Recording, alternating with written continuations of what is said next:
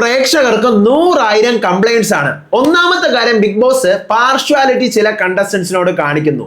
വീക്കെൻഡിൽ ലാലേട്ടൻ വരുമ്പോൾ ചില മത്സരാർത്ഥികളോട് മാത്രം ലാലേട്ടൻ ഒന്നും പറയാതെ അവരോട് പ്രത്യേക സ്നേഹം, ചിലരെ ഭയങ്കരമായി വഴക്ക് പറയുന്നു.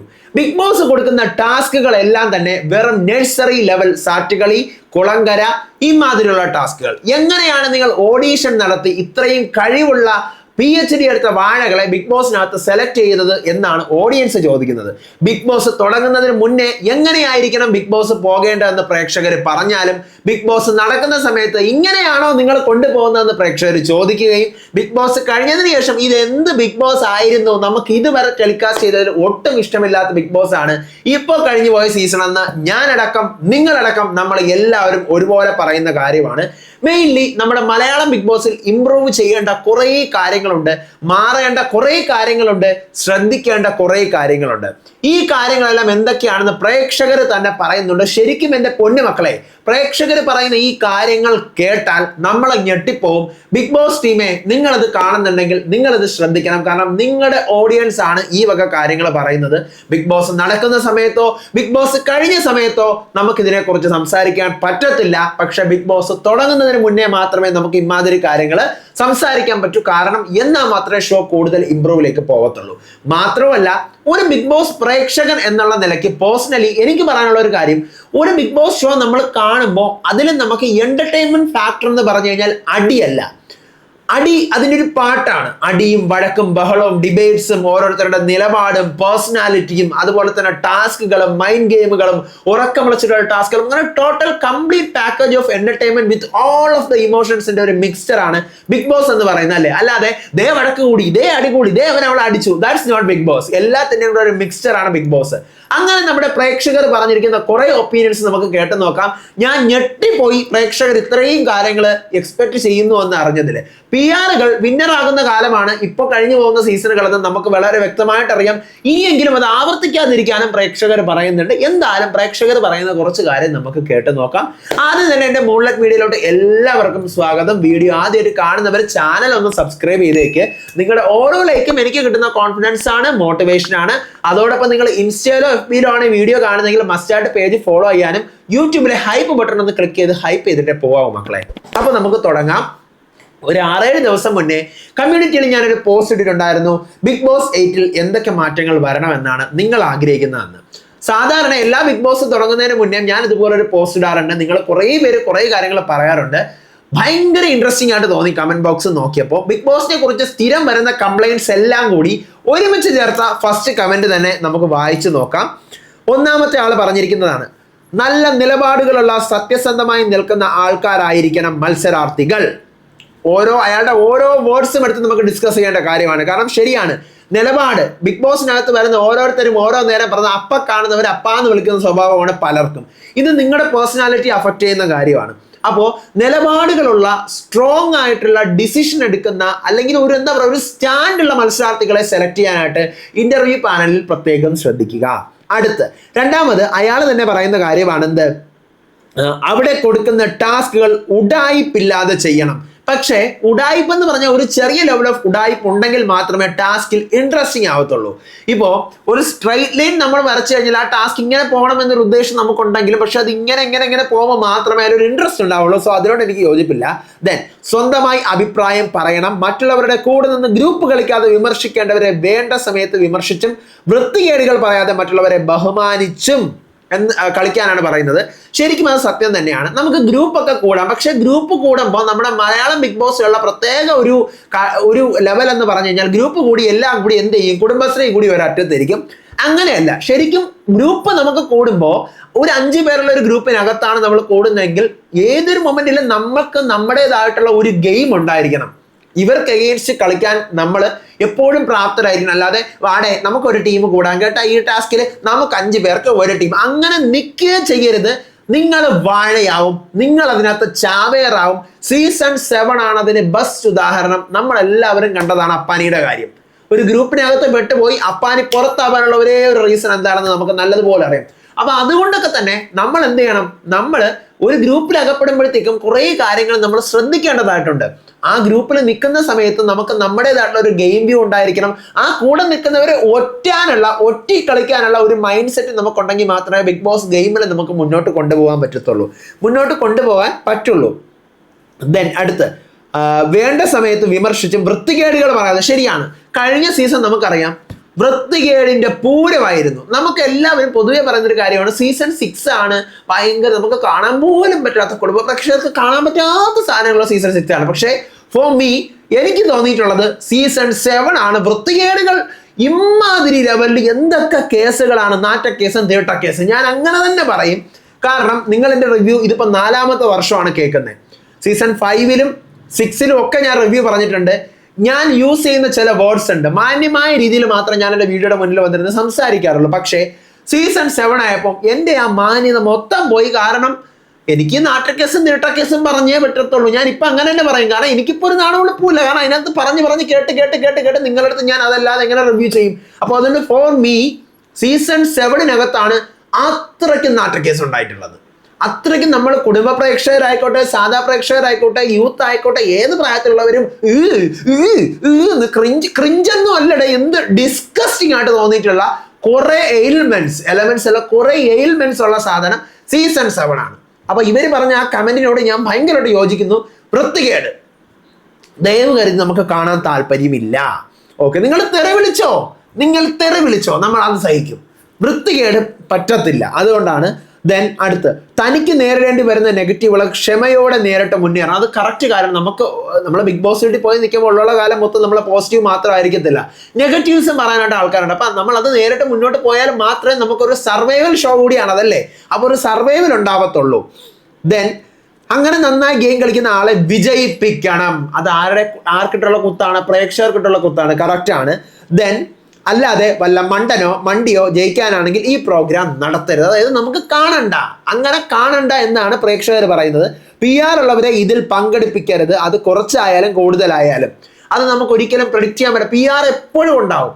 സീസൺ ചിലപ്പോൾ 2 മുതലോ 3 മുതലോ ഒക്കെ PR ഉണ്ടായിരുന്നിരിക്കാം, പക്ഷെ നമ്മൾ അറിഞ്ഞിട്ടില്ല, വിസിബിൾ ആയിരുന്നില്ല. പക്ഷെ സീസൺ 6 കൂടി അല്ലെങ്കിൽ 7 കൂടി ഇപ്പൊ PR എന്നുള്ളത് ഏത് ബിഗ് ബോസ് കാണുന്ന പ്രേക്ഷകർക്കും അറിയാം PR എന്താണെന്നുള്ളത്. സത്യം എല്ലാവർക്കും അറിയാം. കാരണം അത്ര ലെവലിന് PR വളർന്നു കഴിഞ്ഞു. അപ്പോൾ പക്ഷെ PR ഉള്ളവരെ എടുക്കാതിരിക്കാനെന്ന് നമുക്ക് അത് പറ്റത്തില്ല, ബിഗ് ബോസ് ടീമിന് പറ്റത്തില്ല. ദെൻ അടുത്ത് കഴിയുന്നതും LGBTQ ഒഴിവാക്കുക. അപ്പം ഞാൻ അത് കേട്ടപ്പോൾ ഇയാളെന്താ അങ്ങനെ പറയുന്നത് എന്നിങ്ങനെ ചിന്തിച്ച് തൊട്ടടുത്ത് തന്നെ അയാൾ പറഞ്ഞിട്ട്, അല്ലെങ്കിൽ അവരിൽ നിലവാരമുള്ളവരെ പങ്കെടുപ്പിക്കുക. കറക്റ്റ് കാര്യമാണ്. കാരണം LGBTQIA+ എന്ന് പറയുന്ന ഒരു കമ്മ്യൂണിറ്റിക്കകത്ത് നിന്ന് പല രീതിയിൽ നമുക്കറിയാം പല വ്യക്തിത്വങ്ങളുള്ള ആൾക്കാരുണ്ടാവും. കൂടുതലും നമുക്കറിയാം നമ്മുടെ സമൂഹത്തിൽ മാറ്റി നിർത്തപ്പെടുന്ന ഒരു കമ്മ്യൂണിറ്റിയാണ്, അല്ലെങ്കിൽ എന്താ പറയുക, ജനങ്ങൾ എന്തോ ഒരു വിചിത്ര ജീവിയായിട്ട് കാണുന്ന ആൾക്കാരാണ് ഈ പറയുന്ന നമ്മുടെ LGBTQIA+ലുള്ള കുറേ ആൾക്കാരങ്ങനെ. അത് എന്തുകൊണ്ടാണെന്ന് വെച്ച് കഴിഞ്ഞാൽ കുറേയൊക്കെ എന്താ പറയുക, എനിക്ക് തോന്നുന്നു ട്രാൻസ് മെൻസിന് അധികം പറയത്തില്ല, ട്രാൻസ് വുമൻസിലേക്കാണ് അധികം പ്രശ്നം വരുന്നത്. അപ്പം അതിൽ 1-2 നല്ല ഹൈ ലെവലിൽ ഹൈ സ്റ്റാൻഡേർഡായി നിൽക്കുന്ന കുറേ ആൾക്കാർ, ഒരു നല്ല പൊസിഷനിൽ നിൽക്കുന്ന ആൾക്കാരുണ്ട്. അവരുടെ വായിൽ നിന്നും വരുന്ന ചില വാക്കുകൾ അല്ലെങ്കിൽ ചില പ്രവർത്തികളൊക്കെ തന്നെയാണ് മൊത്തം ട്രാൻസിനെ എഫക്ട് ചെയ്യുന്നത്. അപ്പോൾ അതുകൊണ്ടാണ് അയാൾ ഇങ്ങനെ പറഞ്ഞത്, LGBTQIA+ നിന്ന് എടുക്കുമ്പോൾ എന്ത് ചെയ്യണം, കുറച്ച് നിലവാരമുള്ളവരെ എടുക്കുക എന്നുള്ളതാണ്. നമ്മുടെ മലയാളം ബിഗ് ബോസിൽ വന്നിട്ടുള്ളതിൽ ഏറ്റവും ഭയങ്കരമായിട്ട് ഒരു നിലവാരമുള്ള ഒരു ട്രാൻസ്വുമൺ അല്ലെങ്കിൽ ഒരു LGBTQIA+ കണ്ടസ്റ്റൻ്റ് ആയിരുന്നു. എൻ്റെ പേഴ്സണൽ ഒപ്പീനിയനാണ് നാദിറ. അല്ലേ, നാദിറ അക്സെപ്റ്റ് ചെയ്യാത്ത ആരുമില്ല ബിഗ് ബോസ് പ്രേക്ഷകർ. അപ്പം അതുപോലെ ക്വാളിറ്റി ഉള്ളവർ, ബാക്കിയുള്ളവർ ക്വാളിറ്റി ഇല്ലെന്നല്ല ഞാൻ പറഞ്ഞത്, ബെസ്റ്റ് ഓഫ് ദ ബെസ്റ്റ് ആയിരുന്നു നാദിറ. അപ്പം അതുപോലെ ദെൻ അടുത്ത് അല്ലെങ്കിൽ അവരിൽ നിലവാരമുള്ളവർ പങ്കെടുപ്പിക്കുക. സീരിയൽ താരങ്ങളുടെ എണ്ണം കുറയ്ക്കുക. മറ്റു മേഖലയിൽ നിന്നുള്ളവർക്ക് അവസരം നൽകുക. ലഹരി ഉപയോഗിക്കുന്നവർ വേണ്ടെന്ന് പറഞ്ഞു കഴിഞ്ഞാൽ അതിനകത്ത് ഓൾറെഡി സിഗരറ്റ് മാത്രമാണ് കൊടുക്കുന്നത്. വേറെ നിങ്ങൾ വിചാരിക്കുന്ന കുപ്പി, പാട്ടേ, കഞ്ചാവ് ഒന്നും കൊടുക്കാനും പറ്റത്തില്ല, അതൊന്നും അലൗഡും അല്ല. സിഗരറ്റാണ് കൊടുക്കുന്നത്. സിഗരറ്റിന് തന്നെ ലിമിറ്റ് ഉണ്ട്. ഓക്കെ, അടുത്ത് ആവശ്യത്തിന് ഭക്ഷണം നൽകുക. പുറത്തുനിന്ന് കളി കണ്ട് വൈൽഡ് കാർഡ് എൻട്രി ആയ ആളുകളെ കൊണ്ടുവരാതിരിക്കുക. എനിക്ക് അതിനോട് പേഴ്സണലി പറയാനുള്ളത്, പുറത്തുനിന്ന് കളി കണ്ട് വരുന്നവരല്ല, ശരിക്കും പറഞ്ഞു കഴിഞ്ഞാൽ ഈ പുറത്തുനിന്ന് കളി കണ്ട് വരുന്ന വൈൽഡ് കാർഡിനെ എല്ലാം കൂടെ ഒറ്റയടിക്ക് അടിച്ച് കയറ്റരുത്. പലപ്പോഴായിട്ട് അടിച്ച് കയറ്റുന്നതായിരിക്കും ഏറ്റവും ബെസ്റ്റായിട്ട് എനിക്ക് തോന്നിയിട്ടുള്ളത്. ദെൻ പിന്നീട് എന്തുവാ, ഫാമിലി വീക്കും കാർ ടാസ്കും വേണ്ടേ വേണ്ട. ഫാമിലി വീക്കിന്റെ കേസ് പറയാം, എനിക്ക് പറയാം ദയവ് കരുതി 50ാമത്തെ ദിവസവും 60ാമത്തെ ദിവസവും നിങ്ങൾ ഫാമിലി വീക്ക് വെക്കരുത്. സീസൺ 5 ആദ്യം ഒരു ഫാമിലി വീക്ക് വരുന്നത് 70-77 ദിവസവും കഴിഞ്ഞപ്പോഴല്ലേ വന്നത്. നമ്മളത് എത്ര നന്നായിട്ട് എൻജോയ് ചെയ്തു. നമുക്കൊരു 70 ഒരു 2-2.5 മാസം വേണം ആ കണ്ടസ്റ്റൻസുമായിട്ട് നമ്മളൊന്ന് മെന്റലി കണക്ട് ആവാനായിട്ട്. അപ്പൊ ആ മെന്റലി കണക്ട് ആവുന്ന ആ ഒരു ടൈമിലാണ് ഇവരുടെ ഫാമിലി ആരൊക്കെ ഉണ്ടാവും, ഇവരുടെ മക്കളുമായിട്ടുള്ള കോമ്പിനേഷൻ എങ്ങനെയായിരിക്കും, അല്ലെങ്കിൽ ഇവരുടെ വൈഫ് അല്ലെങ്കിൽ ഹസ്ബൻഡൊക്കെ ആയിട്ടുള്ള ഒരു സ്നേഹവും സൗഹൃദവും ഒക്കെ എങ്ങനെ ആയിരിക്കും എന്ന് കാണാൻ നമ്മൾ ആഗ്രഹിക്കുന്ന ആദ്യം മത്സരാർത്ഥികളായിട്ട് കണക്ട് ആവണ്ടേ, എന്നിട്ടല്ലേ നമുക്ക് അവർ ഫാമിലിയായിട്ട് കണക്ട് ആവുള്ളൂ. ഇത് കഴിഞ്ഞ പ്രാവശ്യം എനിക്കൊന്ന് 56ാമത്തെ ദിവസവും എന്തുവാണ് അത്, ഞാനിങ്ങനെ അയ്യേ നമുക്ക് ആ സമയത്ത് പലരുമായിട്ട് കണക്ട് ആയിട്ടേ ഇല്ല. 50 ദിവസമായപ്പോഴേ ഷോ പൂട്ടിക്കെട്ടിയാൽ മതിയേ എന്നുള്ളൊരു മെന്റാലിറ്റി ആയിരുന്നു നമുക്ക്. അപ്പോ അങ്ങനെ അതുകൊണ്ട് അങ്ങനത്തെ കാര്യങ്ങൾ ഫാമിലി വീക്കൊക്കെ ഒരു 70, 80 90 ആക്കിയാലും നമ്മൾ സഹിക്കും. ഈ 50, 60, 70 മുമ്പ് വേണ്ടേ വേണ്ട. 70 മുമ്പ് നമുക്ക് ഫാമിലി വീക്ക് വേണ്ട. അടുത്ത് കാർ ടാസ്ക് ഒക്കെ നല്ല സൂപ്പർ സാധനമാണ് കേട്ടോ. ഇപ്പം മിക്കവാറും ഇതിനും കാർ ടാസ്ക് ഒക്കെ വരാൻ സാധ്യതയുണ്ട്. അടുത്ത് കഴിയുമെങ്കിൽ ഈ പരിപാടി കാണാതിരിക്കുക എന്നാണ് പറയുന്നത്. കാരണം ഇത്രയും കംപ്ലൈൻറ്റ്സ് ഉള്ളതുകൊണ്ട് അയാൾ പറയുകയാണ് ഇത് കാണണ്ട എന്നാണ് പറയുന്നത്. ഈ ഒരു കമൻറ്റ് വായിച്ചപ്പോൾ തന്നെ നമുക്കതേ നോക്ക് 11-12 മിനിറ്റ് ആവാറായി. കുറച്ചും കൂടി പെട്ടെന്ന് വായിക്കാം. ഡിഫറൻറ്റ് എവിക്ഷൻ വേണമെന്ന് പറയുന്നുണ്ട്. നോട്ട് ബൈ ഓഡിയൻസ് വോട്ട്, ഓഡിയൻസിൻ്റെ വോട്ടല്ലാതെ എവിക്ഷൻ വേറെ പ്രത്യേക രീതി വേണമെന്ന് വേറൊരാൾ പറയുന്നുണ്ട്. ശരിക്കും അത് വേണം, പക്ഷെ അങ്ങനെ വരുമ്പോൾ അൺഡിസർവിങ് ആയിട്ടുള്ള ആൾക്കാരാണ് ഔട്ട് ആയതെങ്കിൽ അവർക്ക് സീക്രട്ട് റൂമോ അല്ലെങ്കിൽ റീ എൻട്രിയോ ഒക്കെ കൊടുത്ത് ചെയ്യുക. അല്ലാതെ ഇപ്പോൾ കഴിഞ്ഞ സീസണിൽ ഇപ്പോൾ ആദില ഒരു പ്രാങ്ക് എവിക്ഷൻ ഉണ്ടായിരുന്നു, അതിന് മുന്നേ സീസൺ 5 ശോഭ പ്രാങ്ക് എവിക്ഷൻ. ഇനി അതുപോലെ ഒരു പ്രാങ്ക് വന്നു കഴിഞ്ഞാൽ ആരും വിശ്വസിക്കത്തില്ല. അപ്പം അതുകൊണ്ട് എന്ത് ചെയ്യുക, ഇതുപോലത്തെ നിങ്ങൾക്ക് വെക്കുക. അതിനകത്ത് അർഹരായിട്ടുള്ള ആൾക്കാരാണ് പോകുന്നതെങ്കിൽ പോട്ടെ, നിങ്ങൾ എന്തിനാ അവർക്ക് തീറ്റയും ശമ്പളവും കൊടുത്ത് അവിടെ ഇട്ടിരിക്കുന്നത്, പോട്ടെ. അല്ല ഡിസർവിങ് ആയിട്ടുള്ള ആളാണ് ഔട്ട് ആണെങ്കിൽ റീ എൻട്രി ഒക്കെ കൊടുക്കാൻ നന്നായിട്ടുണ്ടാവും. അടുത്ത് BB8 മണി ബോക്സ് ടാസ്ക് നല്ല രീതിയിൽ വെക്കുക. മണി ബോക്സ് ടാസ്ക് ഒക്കെ നല്ല ലെവലിൽ, അതൊക്കെ അവസാനം എത്തേണ്ട സൂപ്പർ കണ്ടസ്റ്റൻസ് ഈ പരിപാടി നിർത്തണമെന്ന് പറയുന്നുണ്ട്. അടുത്ത് തെലുങ്ക് BB പോലെ ടാസ്ക് വേണം, ഇടയ്ക്കിടയ്ക്ക് ഓപ്പൺ നോമിനേഷൻസ് വേണം ഇൻ ക്രിയേറ്റീവ് വേസ്. ഓപ്പൺ നോമിനേഷൻ്റെ കേസ് പലരും പറയുന്നതാണ്, ഞാനത് പലരും പറഞ്ഞ് കണ്ടിട്ടുണ്ട്. ഓപ്പൺ നോമിനേഷൻ വേണം. എന്തുകൊണ്ടെന്നാൽ ഓപ്പൺ നോമിനേഷൻ വെക്കുമ്പോൾ മാത്രമാണ് ഞാനിവിടെ വന്നിരുന്നത് എനിക്ക് ഇന്നയാളെ നോമിനേറ്റ് ചെയ്യണം എന്ന് പറയുമ്പോൾ സ്വാഭാവികമായിട്ടും എൻ്റെ മനസ്സിൽ എന്താണെന്നുള്ള കാര്യം വളരെ വ്യക്തമായിട്ട് എല്ലാവർക്കും മനസ്സിലാവും. അതുപോലെ 18 പേരുണ്ടെങ്കിൽ 18 പേരുടെ മനസ്സിലുള്ള എന്താണെന്ന് വളരെ വ്യക്തമായിട്ട് മനസ്സിലാവാനും അവിടെ ഒരു എന്താ പറയുക കോൺഫ്ലിക്റ്റ് ഉണ്ടാകും. അവരുടെ അങ്ങോട്ടും ഇങ്ങോട്ടും ഉള്ള ഒരു സംസാരങ്ങളിലും അല്ലെങ്കിൽ ഇടപഴകത്തിലും കോൺഫ്ലിക്റ്റ് ഉണ്ടാവാനും കണ്ടന്റ് ഉണ്ടാവാനുള്ള സാധ്യതയുണ്ട്. ഇത് മറ്റേ റൂമിനകത്ത് കയറ്റി ഇരുത്തി കഴിഞ്ഞാൽ ഒന്നും അറിയാൻ പോണില്ലല്ലോ. അപ്പം അതുകൊണ്ട് സന്ദീപ് ബച്ചു പറയുന്നുണ്ട് നീ റിവ്യൂ ചെയ്യരുതെന്ന്. എനിക്കിതിന് നല്ല മറുപടി അറിയാൻ പറയാനായിട്ട് ഞാൻ തൽക്കാലം ഒന്നും മിണ്ടുന്നില്ല.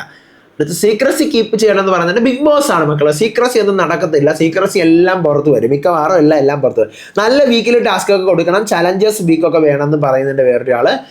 ശരിക്കും ചലഞ്ചേഴ്സ് വീക്കൊക്കെ വേണം. ചലഞ്ചേഴ്സ് വീക്ക് ഇവരെ 3 ദിവസം നിർത്തി ഇവർ ഈ വരുന്നവരെടുത്ത് വരുന്ന കണ്ടസ്റ്റൻസ് അല്ല, വരുന്ന പഴയ ആൾക്കാരൊക്കെ എന്ത് വരുന്നു, അവരെ കൊണ്ട് കാല് തടയ്ക്കുന്നു, അങ്ങനെ അല്ല ചലഞ്ചേഴ്സ്. ശരിക്കും പറഞ്ഞു കഴിഞ്ഞാൽ ചലഞ്ചേഴ്സ് എന്ന് പറഞ്ഞാൽ വന്നവരങ്ങ് ബുദ്ധിമുട്ടിക്കുന്നു. റിയാസ് ഒക്കെ കഴിഞ്ഞ സീസണിൽ ചെയ്തത് ഒരു ഇച്ചിരി എങ്കിലും നമുക്കത് ഓക്കെ എന്ന് പറയാൻ പറ്റും. പക്ഷെ ബാക്കി ചലഞ്ചേഴ്സ് ഒന്നും അങ്ങനെ അല്ലടേ. ഇതല്ല ഹിന്ദിയിലെ ചലഞ്ചേഴ്സ് ഒക്കെ കാണാൻ വന്ന് 20 ദിവസം ആ വീട് മുടിപ്പിച്ചങ്ങ് ഇട്ടിട്ടൊക്കെ പോവും.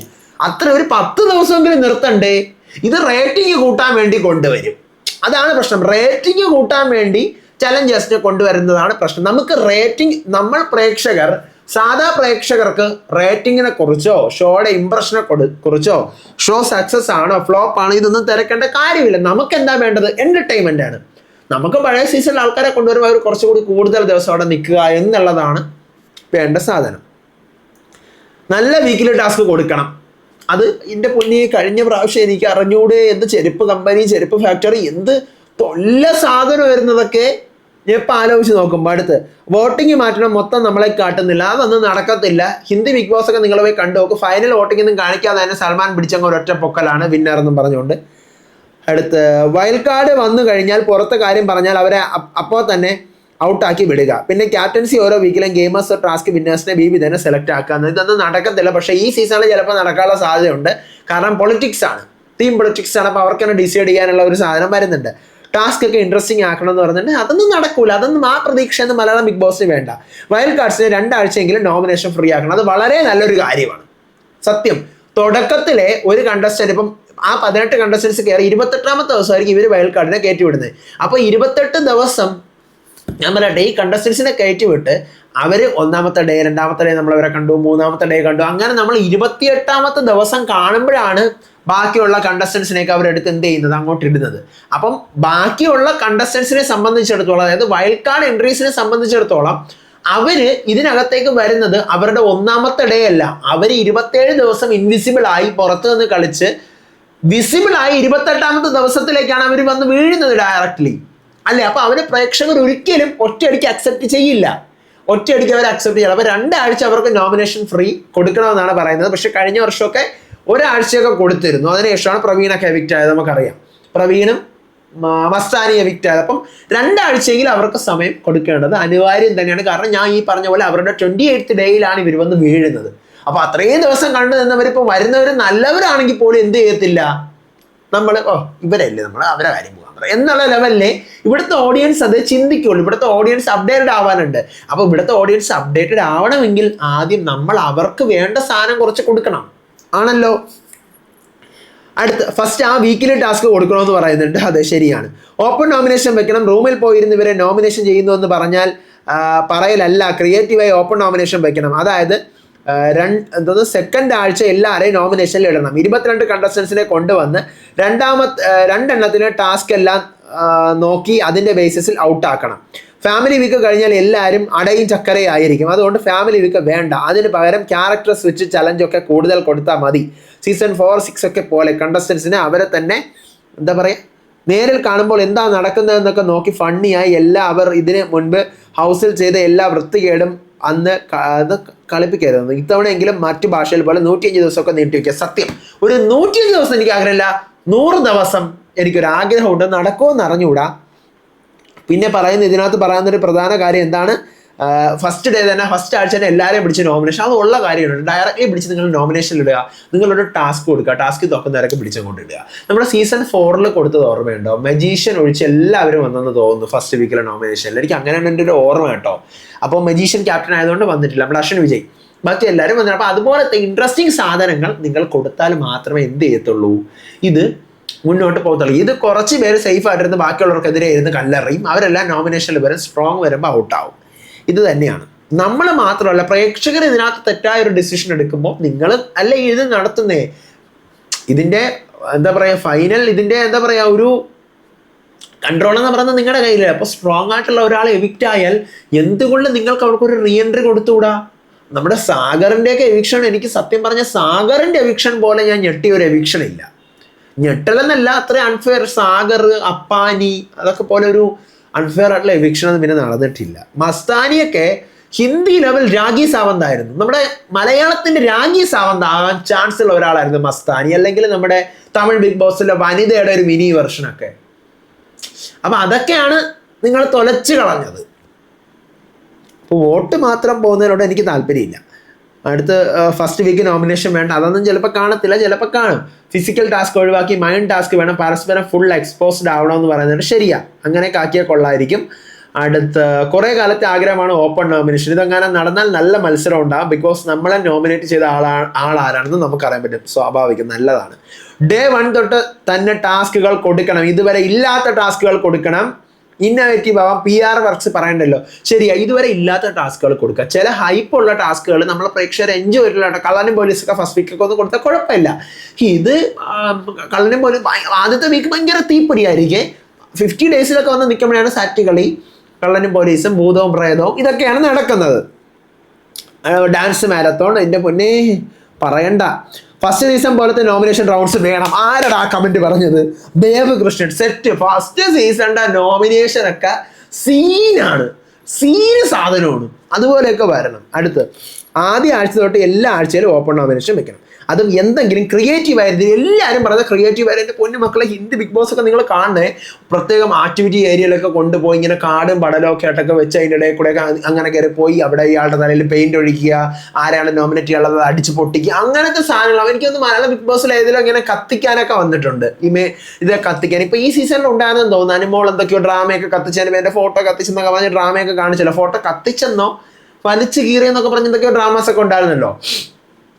അപ്പോൾ അതുപോലത്തെ സാധനങ്ങൾ കൊണ്ടുവരുമ്പോൾ ഒരു പ്രത്യേകത എന്ന് വെച്ച് കഴിഞ്ഞാൽ that's not just only an open nomination. നമ്മുടെ ഫോട്ടോ ഒരാളെ വലിച്ചു കീറുക, നമ്മുടെ ഫോട്ടോ വെച്ച് കത്തിക്കുക, സ്വാഭാവികമായിട്ടും നമുക്ക് പൊട്ടും, നമുക്ക് ദേഷ്യം വരും അല്ലേ?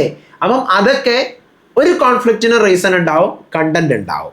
അപ്പോൾ ഇതൊക്കെ അവർക്ക് നന്നായിട്ട് ചെയ്യാൻ പറ്റുന്ന കാര്യങ്ങളാണ്. അപ്പോൾ ഇത്രയൊക്കെയാണ് കുറേ കമൻറ്റുകൾ വന്നിട്ടുണ്ട്.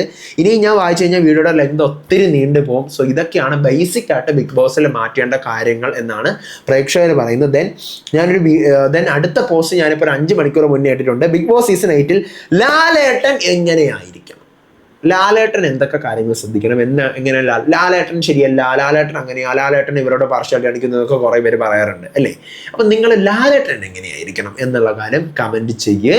അപ്പോൾ ആ വീഡിയോ ആയിട്ട് ഒരു 7 ദിവസം കഴിഞ്ഞ് നമുക്ക് വീണ്ടും അപ്ലോഡ് ചെയ്യാം. നമുക്കിനി സമയമല്ല, ബിഗ് ബോസ് ഇനി പരീക്ഷ വരുവാണ് മറ്റന്നാൾ മുതലല്ലേ. അപ്പോൾ അതിൻ്റെ ഇടയിൽ കൂടിയാണ് ഞാൻ ഈ കോണ്ടന്റ് വീഡിയോസ് ഒക്കെ ഇടുന്നത്. എൻ്റെ പൊന്ന് മേക്കേഴ്സെ, നിങ്ങളിതൊക്കെ കണ്ടിട്ടുണ്ടെങ്കിൽ പ്രേക്ഷകരുടെയൊക്കെ അഭിപ്രായങ്ങളൊക്കെ മാനേജ് ഇങ്ങനെയൊക്കെ ചെയ്യാൻ ശ്രമിക്കൂ.